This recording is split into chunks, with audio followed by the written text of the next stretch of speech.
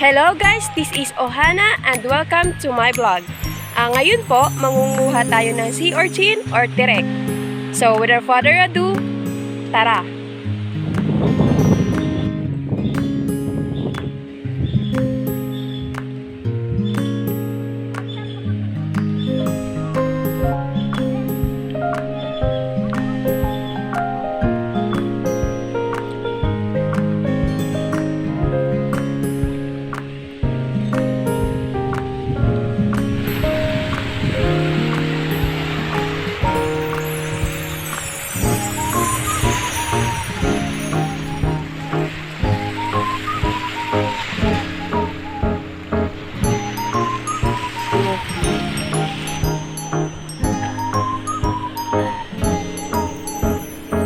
Ito po.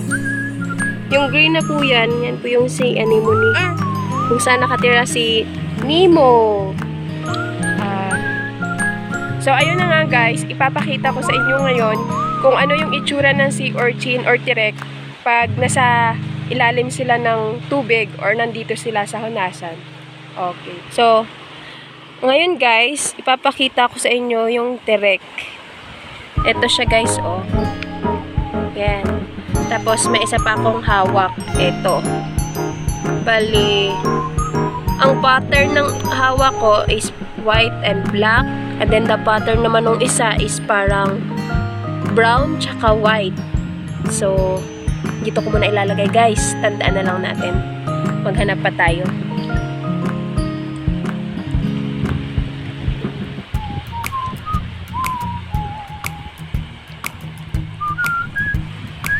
Ito pa.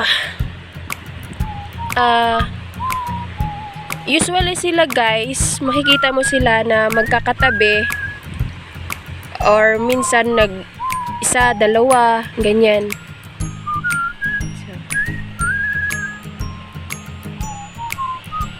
So, okay guys.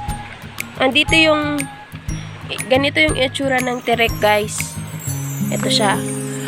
May iba-iba silang kulay nito. May yellow, may orange, may red, at ito naman white.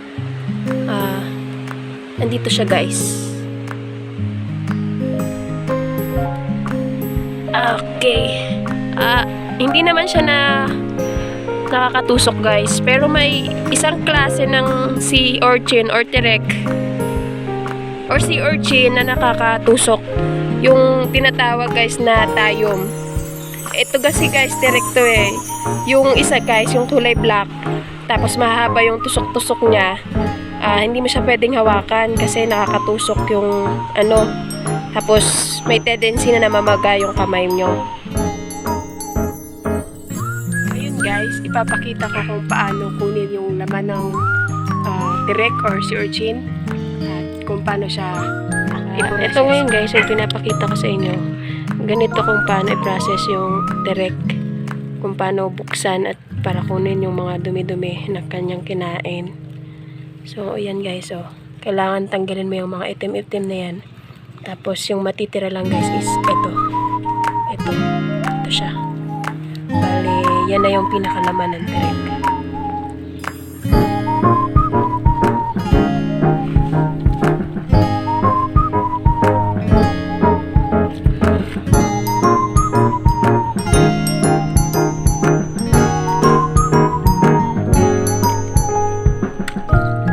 Pagkatapos mo guys kunin yung mga kinain niya. Kasi hindi naman pangit yung kinain niya yan guys. Kasi it's either yung yung mga damo-damo dun sa dagat.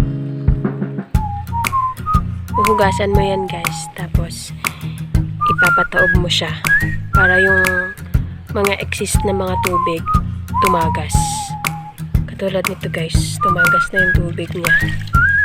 So, para mas maganda siya mamaya pag kinuha mo na.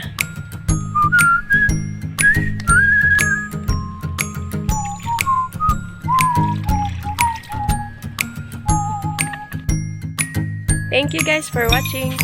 Please don't forget to subscribe and hit the notification bell for more updates. See you on my next vlog!